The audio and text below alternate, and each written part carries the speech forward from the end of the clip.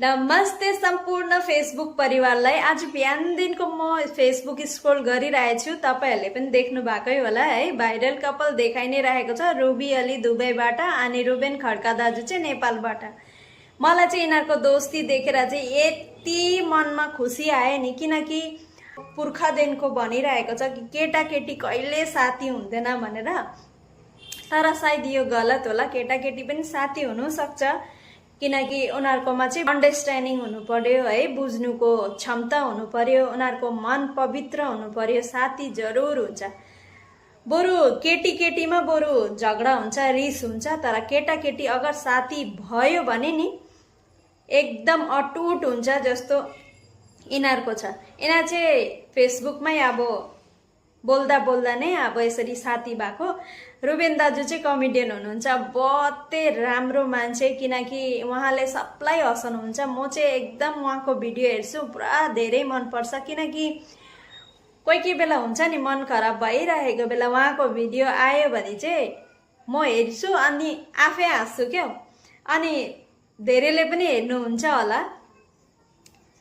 अनि उहाँको वाइफ पनि यति सपोर्टिभ है। आजकलको डेटमा कसैको हस्बेन्डलाई कुनै केटी भेट्यो या बात गर्यो भने कति आरिस हुन्छ, मनमा कति रिस हुन्छ है, कति मनमा एउटा हुन्छ नि कि किन बोल्यो, किन उयो गर्यो, झगडा झाटी बहुत हुन्छ हैन। तर रुबेन दाजुको चाहिँ वाइफ पनि यति सपोर्टिभ, यति राम्रो मान्छे हैन। हुनु त अब अन्डरस्ट्यान्डिङ गर्नुपर्छ। साथीभाइ पनि केटी हुन्छ, केटा पनि साथीभाइ हुन्छ हैन। अनि नेगेटिभ कमेन्ट पनि आइरहेको छ उनीहरुको भिडियोमा हैन, पोजिटिभ पनि आइरहेछ। हुनु त संसारमा नेगेटिभ मान्छे मात्रै हुँदैन, पोजिटिभ मान्छे पनि हुन्छ।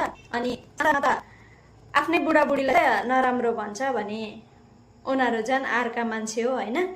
जेसुकै होस्, साथी भनेको चाहिँ रुबी अली र रुबेन दाजु जस्तै हुनुपर्छ, किनकि अहिलेको दिनमा यस्तो अटुट बन्धन खाले साथी पाउनु चाहिँ धेरै 7 जन्म काटेको जस्तै हो नि त। अनि फेरि उहाँले फेरि अब एयरपोर्टमा छोड्नु जाँदा चाहिँ यति दाजु रुनु भएको छ नि।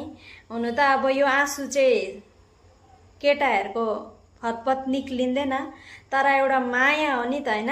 उनीहरु भिन्दै भिन्दै देशको भएर पनि यति माया। अन्त मान्छे त एउटै हो नि त हैन, खुन त एउटै हो।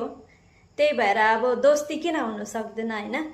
धेरै आज चाहिँ मलाई धेरै मन पर्यो। अनि यिनीहरुको माया चाहिँ यसरी नै रहोस्, राम्रो है, यति नै भन्न चाहन्छु। अन्त सबैले साथी बनायो, केटा साथी या केटी साथी भने चाहिँ यिनीहरु दुईजना जस्तै नै होस्। धन्यवाद।